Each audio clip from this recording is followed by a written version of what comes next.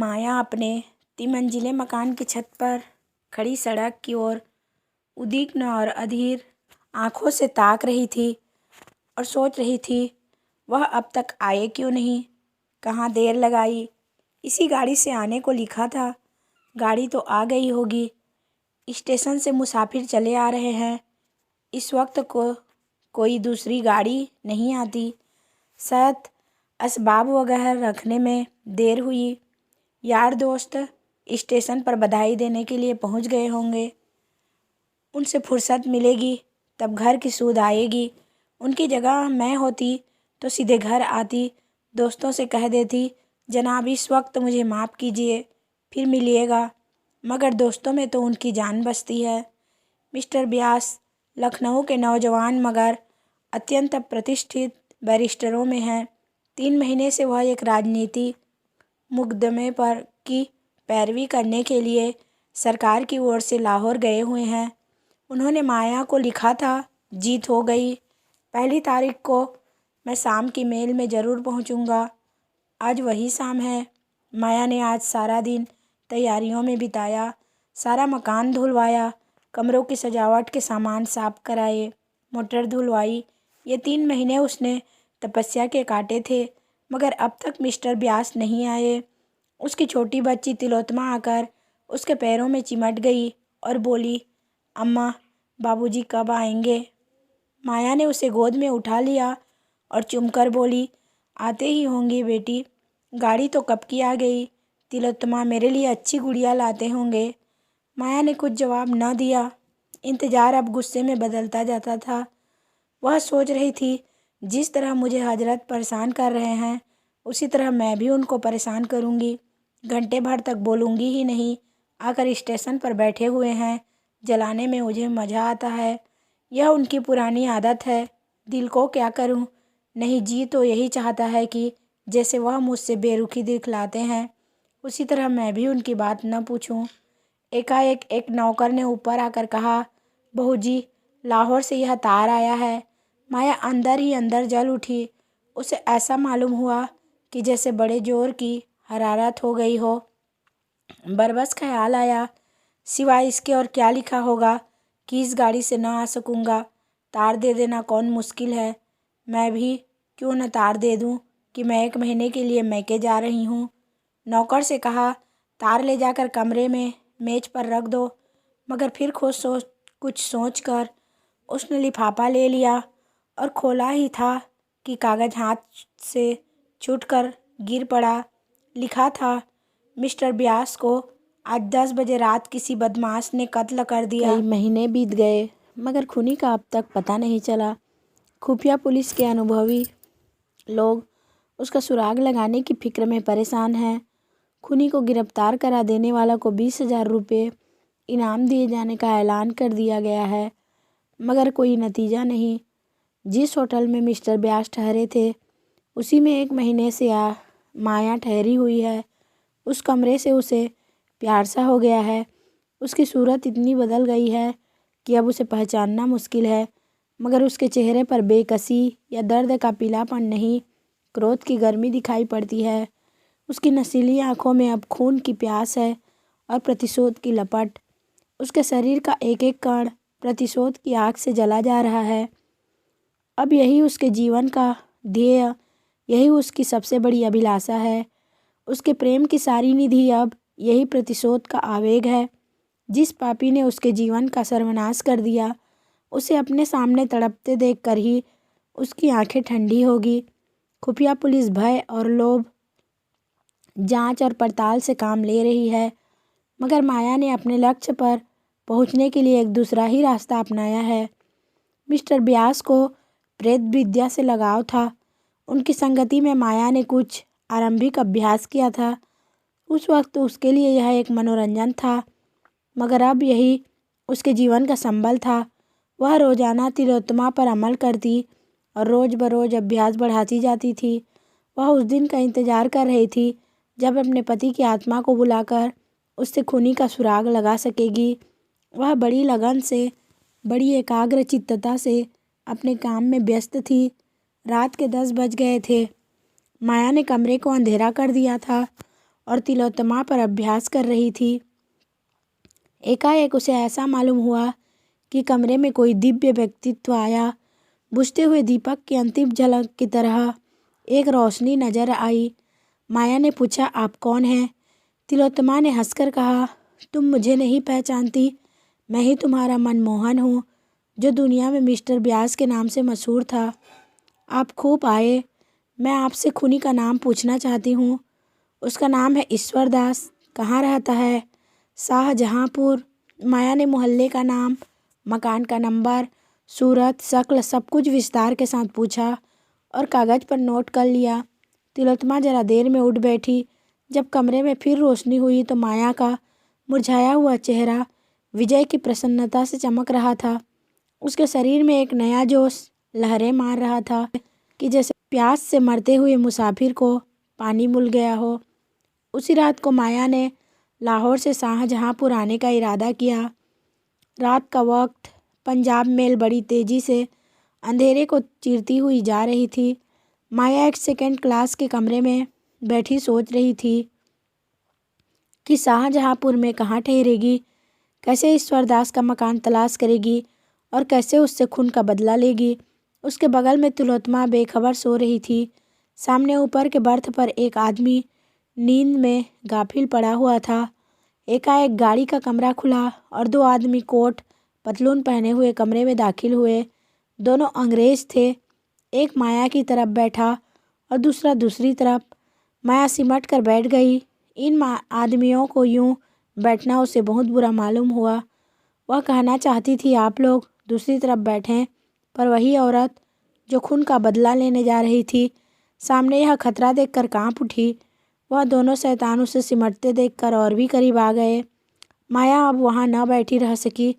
वह उठकर दूसरे वर्थ पर जाना चाहती थी कि उनमें से एक ने उसका हाथ पकड़ लिया। माया ने जोर से हाथ छुड़ाने की कोशिश करके कहा, तुम्हारी सामत तो नहीं आई है, छोड़ दो मेरा हाथ सुअर। इस पर दूसरे आदमी ने उठकर माया को सीने से लिपटा लिया और लड़खड़ाती हुई जबान से बोला, वेल, हम तुमका बहुत सा रुपया देगा।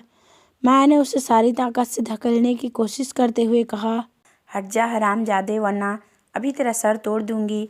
दूसरा आदमी भी उठ खड़ा हुआ और दोनों मिलकर माया को बर्थ पर लिटाने की कोशिश करने लगे। एकाएक यह खटपट सुनकर ऊपर के बर्थ पर सोया हुआ आदमी चौंका और उन बदमाशों की हरकत देखकर ऊपर से कूद पड़ा। दोनों गोरे उसे देखकर माया को छोड़ उसकी तरफ झपटे और उसे घूंसे मारने लगे। दोनों उस पर ताबड़तोड़ हमला कर रहे थे और वह हाथों से अपने को बचा रहा था। उसे वार करने का कोई मौका न मिलता था। एकाएक उसने उचक कर अपने बिस्तर में से एक छुरा निकाल दिया और आस्तीन समेट कर बोला, तुम दोनों अगर अभी बाहर न चले गए तो मैं एक को भी जीता न छोड़ूंगा। दोनों गोरे छुरा देखकर डरे, मगर वह भी निहत्थे न थे। एक ने जेब से रिवाल्वर निकाल लिया और उसकी नली उस आदमी की तरफ करके बोला, निकल जाओ रैस्कल। माया थर थर काँप रही थी कि न जाने क्या आफत आने वाली है, मगर खतरा हमारी छिपी हुई हिम्मतों की कुंजी है। खतरे में पड़कर हम भय की सीमाओं से आगे बढ़ जाते हैं, कुछ कर गुजरते हैं जिस पर हमें खुद हैरत होती है। वही माया जो अब तक थर थर काँप रही थी, बिल्ली की तरह कूदकर उस गोरे की तरफ लपकी और उसके हाथ से रिवाल्वर खींचकर गाड़ी के नीचे फेंक दिया। गोरे ने खिसिया कर माया को दांत काटना चाहा, मगर माया ने जल्दी से हाथ खींच लिया और खतरे की जंजीर के पास जाकर उसे जोर से खींचा। दूसरा गोरा अब तक किनारे खड़ा था। उसके पास कोई हथियार न था, इसलिए वह छुरी के सामने न आना चाहता था। जब उसने देखा कि माया ने जंजीर खींच ली तो भीतर का दरवाज़ा खोलकर भागा। उसका साथी भी उसके पीछे पीछे भागा। चलते चलते छुरी वाले आदमी ने उसे इतने ज़ोर से धक्का दिया कि वह मुंह के बल गिर पड़ा। फिर तो उसने इतनी ठोकरें, इतनी लातें और इतनी घूंसे जमाए कि उसके मुंह से खून निकल पड़ा। इतने में गाड़ी रुक गई और गार्ड लालटेन लिए आता दिखाई दिया, मगर वह दोनों शैतान गाड़ी को रुकते देख बेतहाशा नीचे कूद पड़े और उस अंधेरे में न जाने कहाँ खो गए। गार्ड ने भी ज़्यादा छानबीन न की और करता भी तो उस अंधेरे में पता लगाना मुश्किल था। दोनों तरफ खड्डे थे, शायद किसी नदी के पास थी। वहाँ 200 आदमी उस वक्त बड़ी आसानी से छिप सकते थे। 10 मिनट तक गाड़ी खड़ी रही, फिर चल पड़ी। माया ने मुक्ति की सांस लेकर कहा, आप आज न होते तो ईश्वर ही जाने मेरा क्या हाल होता। आपको कहीं चोट तो नहीं आई? उस आदमी ने छुरे को जेब में रखते हुए कहा, बिल्कुल नहीं। मैं ऐसा बेसुध सोया हुआ था कि उन बदमाशों के आने की खबर ही ना हुई, वरना मैंने उन्हें अंदर पाँव ही न रखने दिया होता। अगले स्टेशन पर रिपोर्ट करूँगा। माया, जी नहीं, खामखा की बदनामी और परेशानी होगी। रिपोर्ट करने से कोई फ़ायदा नहीं। ईश्वर ने आज मेरी आबरू रख ली। मेरा कलीजा अभी तक धक धक कर रहा है। आप कहाँ तक चलेंगे? मुझे शाहजहाँपुर जाना है। वहीं तक तो मुझे भी जाना है। शुभ नाम क्या है? कम से कम अपने उपकारक के नाम से अपरिचित ना रहूं। मुझे तो ईश्वरदास कहते हैं। माया का कलेजा धक से हो गया। जरूर यह वही खूनी है। इसकी शक्ल सूरत भी वही है जो उसे बतलाई गई थी। उसने डरते डरते पूछा, आपका मकान किस मोहल्ले में है? मैं रहता हूँ। माया का दिल बैठ गया। उसने खिड़की से सिर बाहर निकालकर एक लंबी सांस ली। हाय, खूनी मिला भी तो इस हालत में, जब वह उसके एहसान के बोझ से दबी हुई है। क्या उस आदमी को वह खंजर का निशाना बना सकती है जिसने बगैर किसी परिचय के सिर्फ हमदर्दी के जोश में ऐसे गाढ़े वक्त में उसकी मदद की? जान पर खेल गया। वह एक अजीब उलझन में पड़ गई। उसने उसके चेहरे की तरफ देखा। शराफत झलक रही थी। ऐसा आदमी खून कर सकता है, उसमें उसे संदेह था। ईश्वरदास ने पूछा, आप लाहौर से आ रही हैं ना? शाहजहाँपुर में कहाँ जाइएगा? अभी तो कहीं धर्मशाला में ठहरूंगी। मकान का इंतजाम करना है। ईश्वरदास ने ताज्जुब से पूछा, तो वहाँ आप किसी दोस्त या रिश्तेदार के यहाँ नहीं जा रही हैं? कोई न कोई मिल ही जाएगा।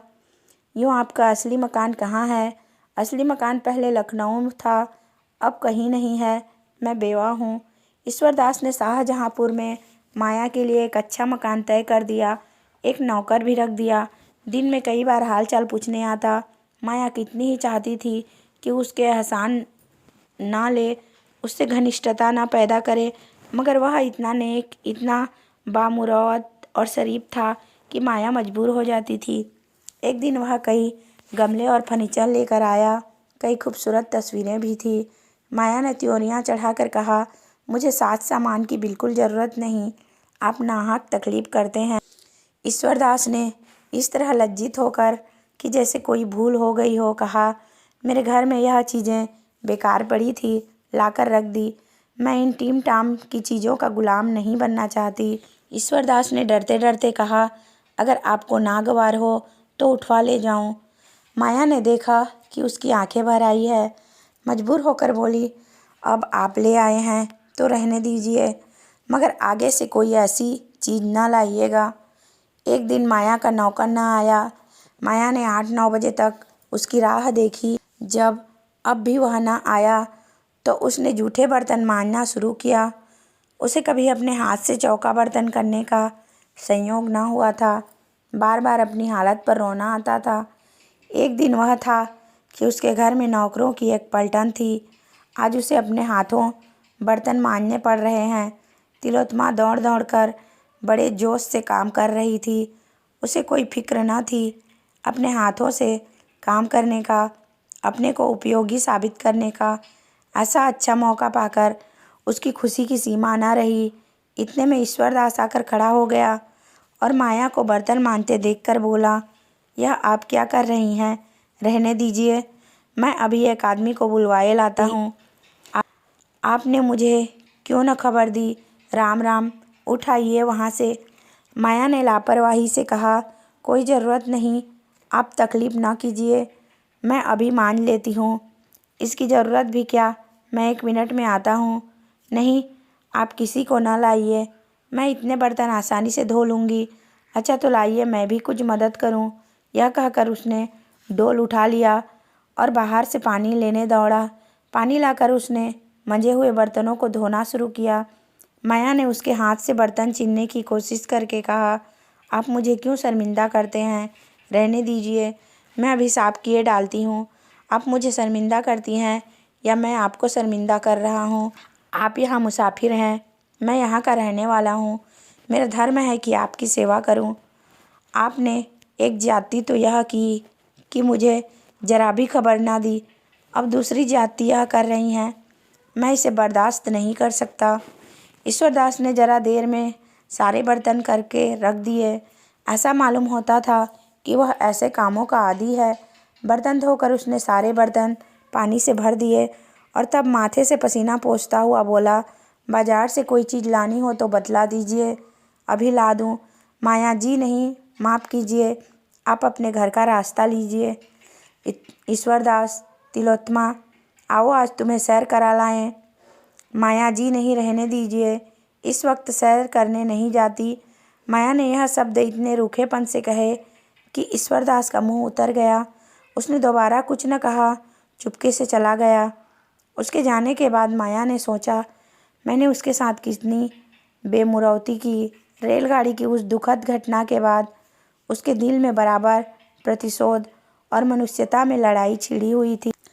अगर ईश्वरदास उस मौके पर स्वर्ग के एक दूत की तरह ना आ जाता तो आज उसकी क्या हालत होती, यह ख्याल करके उसके रोए खड़े हो जाते थे और ईश्वरदास के लिए उसके दिल की गहराइयों से कृतज्ञता के शब्द निकलते।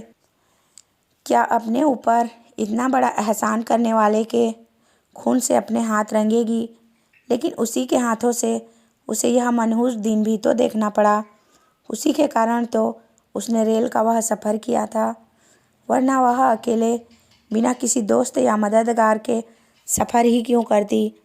उसी के कारण तो वैधव्य की विपत्तियां झेल रही हैं और सारी उम्र झेलेगी। इन बातों का ख्याल करके उसकी आंखें लाल हो जाती, मुंह से एक गर्म आह निकल जाती और जी चाहता इसी वक्त कटार लेकर चल पड़े और उसका काम तमाम कर दे। आज माया ने अंतिम निश्चय कर लिया। उसने ईश्वरदास को दावत की थी, यही उसकी आखिरी दावत होगी। ईश्वरदास ने उस पर एहसान जरूर किए हैं, लेकिन दुनिया में कोई एहसान, कोई नेकी उस शोक के दाग को मिटा सकती है। रात के 9 बजे ईश्वरदास आया तो माया ने अपनी वाणी में प्रेम का आवेग भर कर कहा, बैठिए, आपके लिए गर्म गर्म पूड़ियाँ निकाल दूँ। ईश्वरदास, क्या अभी तक आप मेरे इंतज़ार में बैठी हुई हैं? नाहक गर्मी में परेशान हुई। माया ने थाली परस कर उसके सामने रखते हुए कहा, मैं खाना पकाना नहीं जानती, अगर कोई चीज़ अच्छी ना लगे तो माफ़ कीजिएगा। ईश्वरदास ने खूब तारीफ करके एक एक चीज़ खाई। ऐसा स्वादिष्ट चीज़ें उसने अपनी उम्र में कभी न खाई थी। आप तो कहती थी मैं खाना पकाना नहीं जानती, तो क्या मैं गलत कहती थी? बिल्कुल गलत। आपने खुद अपनी गलती साबित कर दी। ऐसे खस्ते मैंने ज़िंदगी में भी न खाए थे। आप मुझे बनाते हैं। अच्छा साहब, बना लीजिए। नहीं, मैं बनता नहीं, बिल्कुल सच कहता हूँ।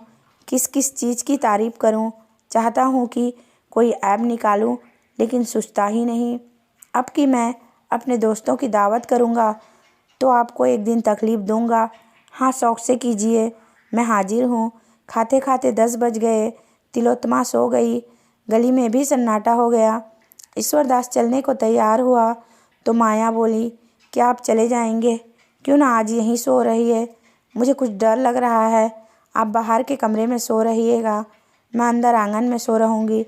ईश्वरदास ने क्षण भर सोचकर कहा, अच्छी बात है, आपने पहले कभी ना कहा कि आपको इस घर में डर लगता है, वरना मैं किसी भरोसे की बूढ़ी औरत को रात को सोने के लिए ठीक कर देता। ईश्वरदास ने तो कमरे में आसन जमाया। माया अंदर खाना खाने गई, लेकिन आज उसके गले के नीचे एक कौर भी ना उतर सका। उसका दिल जोर से धड़क रहा था। दिल पर एक डर सा छाया हुआ था। ईश्वरदास कहीं जाग पड़ा तो उसे उस वक्त कितनी शर्मिंदगी होगी। माया ने कटार को खूब तेज कर रखा था। आज दिन भर उसे हाथ में लेकर अभ्यास किया। वह इस तरह वार करेगी कि खाली ही ना जाए। अगर ईश्वरदास जाग ही पड़ा तो जानलेवा घाव लगेगा।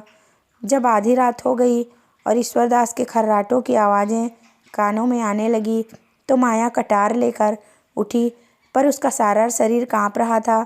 भय और संकल्प, आकर्षण और घृणा एक साथ कभी उसे एक कदम आगे बढ़ा देती, कभी पीछे हटा देती।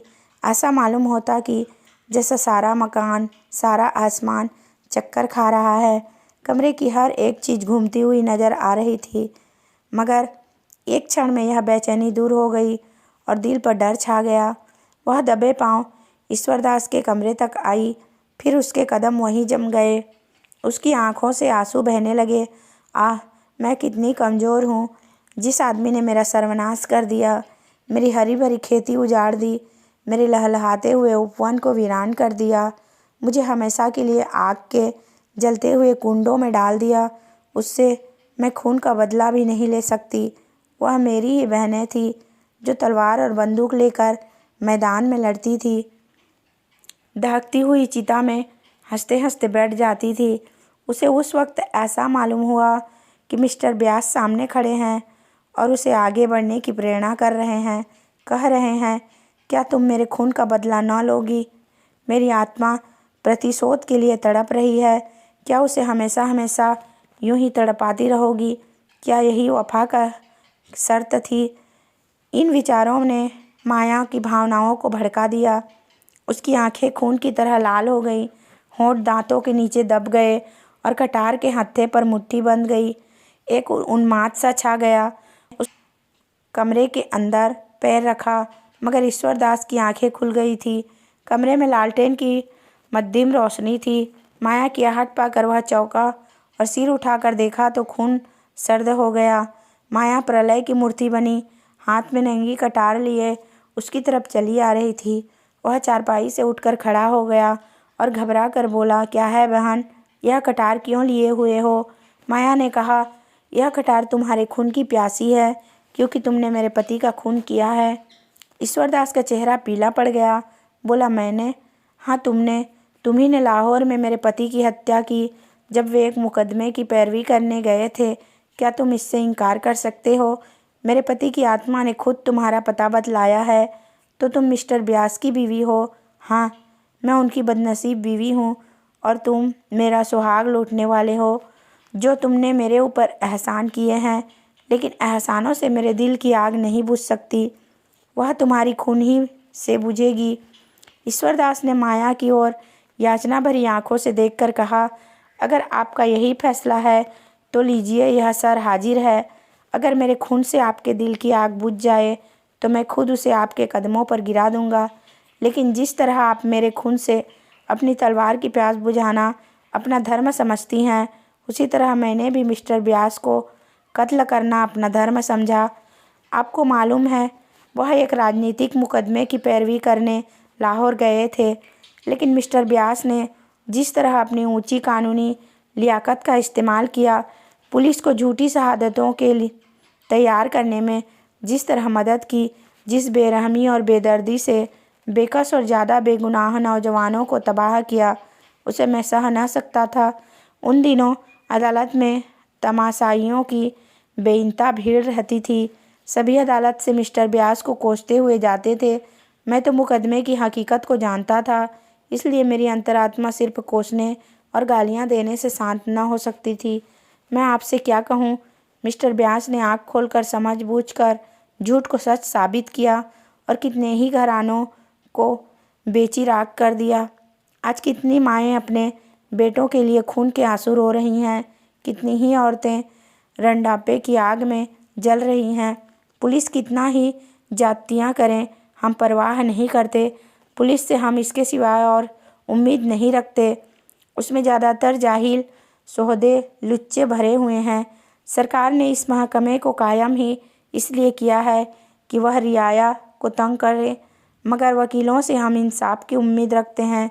हम उनकी इज्जत करते हैं। वे उच्च कोटि के पढ़े लिखे सजग लोग होते हैं। जब ऐसे आदमियों को हम पुलिस के हाथों की कठपुतली बना हुआ देखते हैं तो हमारे क्रोध की सीमा नहीं रहती। मैं मिस्टर ब्यास का प्रशंसक था, मगर जब मैंने उन्हें बेगुनाह मुलजिमों से जबरन जुर्म का इकबाल कराते देखा तो मुझे उनसे नफरत हो गई। गरीब मुलजिम रात दिन भर उल्टे लटकाए जाते थे, सिर्फ इसलिए कि वह अपना जुर्म जो उन्होंने कभी नहीं किया इकबाल कर लें। उनकी नाक में लाल मिर्च का धुआं डाला जाता था। मिस्टर ब्यास यह सारी जातियाँ सिर्फ अपनी आँखों से देखते ही नहीं थे, बल्कि उन्हीं के इशारे पर वह की जाती थी। माया के चेहरे की कठोरता जाती रही, उसकी जगह जायज गुस्से की गर्मी पैदा हुई। बोली, इसका आपके पास कोई सबूत है कि उन्होंने मुलजिमों पर ऐसी सख्तियाँ की? यह सारी बातें आमतौर पर मशहूर थी। लाहौर का बच्चा बच्चा जानता है, मैंने खुद अपनी आँखों से देखी। इसके सिवा मैं और क्या सबूत दे सकता हूँ। उन बेचारों का बस इतना कसूर था कि वह हिंदुस्तान के सच्चे दोस्त थे। अपना सारा वक्त प्रजा की शिक्षा और सेवा में खर्च करते थे, भूखे रहते थे, प्रजा पर पुलिस हुक्काम की सख्तियाँ न होने देते थे। यही उनका गुनाह था और इसी गुनाह की सज़ा दिलाने में मिस्टर व्यास पुलिस के दाहिने हाथ बने हुए थे। माया के हाथ से खंजर गिर पड़ा। उसकी आंखों में आंसू भर आए। बोली, मुझे ना मालूम था कि वह ऐसी हरकतें भी कर सकते हैं। ईश्वरदास ने कहा, यह ना समझिए कि मैं आपकी तलवार से डरकर वकील साहब पर झूठे इल्ज़ाम लगा रहा हूँ। मैंने कभी ज़िंदगी की परवाह नहीं की। मेरे लिए कौन रोने वाला बैठा हुआ है जिसके लिए ज़िंदगी की परवाह करूं। अगर आप समझती हैं कि मैंने अनुचित हत्या की है तो आप इस तलवार को उठाकर इस ज़िंदगी का खात्मा कर दीजिए। मैं ज़रा भी न झिझकूंगा। अगर आप तलवार ना उठा सके तो पुलिस को खबर कर दीजिए। वह बड़ी आसानी से मुझे दुनिया से रुखसत कर सकती है। सबूत मिल जाना मुश्किल ना होगा। मैं खुद पुलिस के सामने जुर्म का इकबाल कर लेता, मगर मैं इसे जुर्म नहीं समझता। अगर एक जान से सैकड़ों जानें बच जाए तो वह खून नहीं है। मैं सिर्फ इसलिए ज़िंदा रहना चाहता हूँ कि शायद किसी ऐसे ही मौके पर मेरी फिर ज़रूरत पड़े। माया ने रोते हुए, अगर तुम्हारा बयान सही है तो मैं अपना खून माफ़ करती हूँ। तुमने जो किया या बेजा किया इसका फैसला ईश्वर करेंगे। तुमसे मेरी प्रार्थना है कि मेरे पति के हाथों जो घर तबाह हुए हैं उनका मुझे पता बतला दो। शायद मैं उनकी कुछ सेवा कर सकूं।